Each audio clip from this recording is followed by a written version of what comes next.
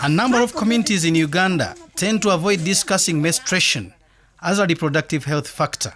As a result, young girls across the country drop out of school since they cannot deal with it without support. This health situation is further worsened by lack of sanitary pads by many of these teenagers. Because if you go and that period started while you doesn't have that pad, then you will be ashamed and the boy will continue talking against you that you see this girl has cut what chicken. They call it cutting chicken.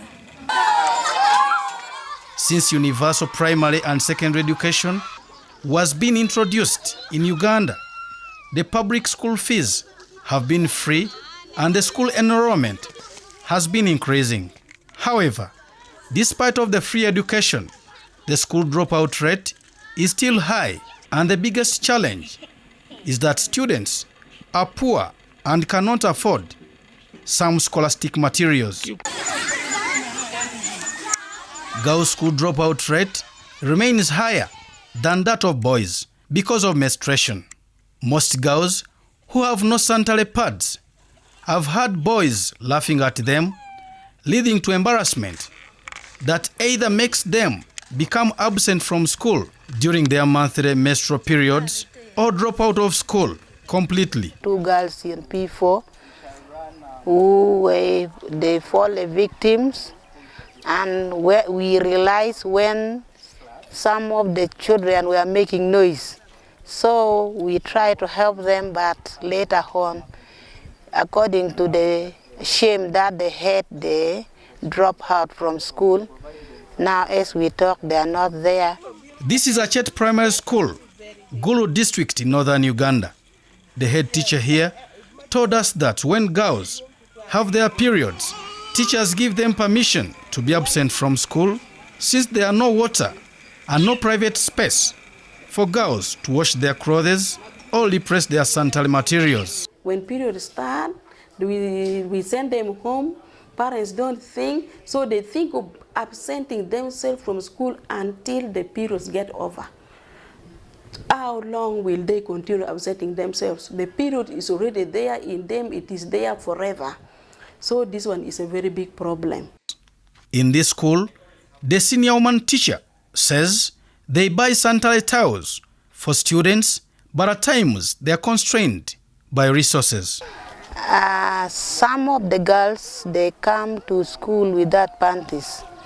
So when the menstruation get them, when they are unaware, it is very difficult for us to help them because we only have the sanitary pads for emergency in the school.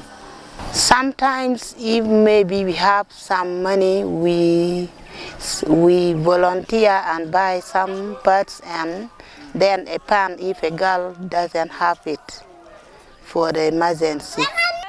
Since sanitary towels are expensive to some families in rural areas, most girls use rags and sometimes toilet paper. A senior woman teacher can provide things like a tenge to tie that girl. Then she'll go and wash, then dry up, then she'll come back to school. But at that school, whereby the UPE is very little, you find that even the changing room itself is not there. Even the basin is not there. Even the shop are not there. Volunteer Action Network, a Gulu-based non-government organization, and Women's Global Empowerment Fund have embarked on making sanitary towels for most schools in northern Uganda. This initiative trains, educates, and creates awareness about young girls and women about menstrual health management. And it goes ahead at training young girls on how to make sanitary pads. They have come up with a wonderful product which they call Lucky Girl Sanitary Pads. Musa Bukenya, the man behind the Health Pad initiative, wants every girl child in northern Uganda and beyond to study in a healthy environment. Girls deserve to study in a free and fresh environment. Look at the schools where they study, where the toilets barely don't have doors, where they share the same toilets with boys, where there are barely no water, sanitation is alarming. And when they get into this kind of situation, which is normal and a natural process, they deserve to have privacy.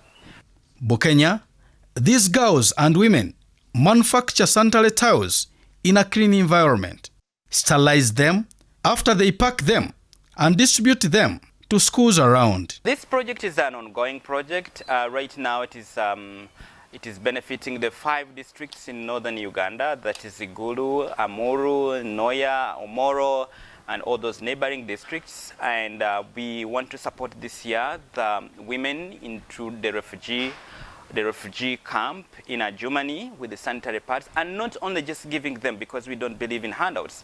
We go teach them how to make them. We set up a plant for them to manufacture. They make it, use it, and sell it to generate income.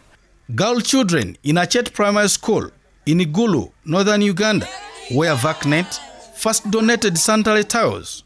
The girls appreciated these gestures. You save us from shame, worry, and financial constraints. Bukenya calls for parents, both men and women, to address the issue of sanitary towels for their girls to mitigate the increasing girl child school dropout. I'm Joseph Buule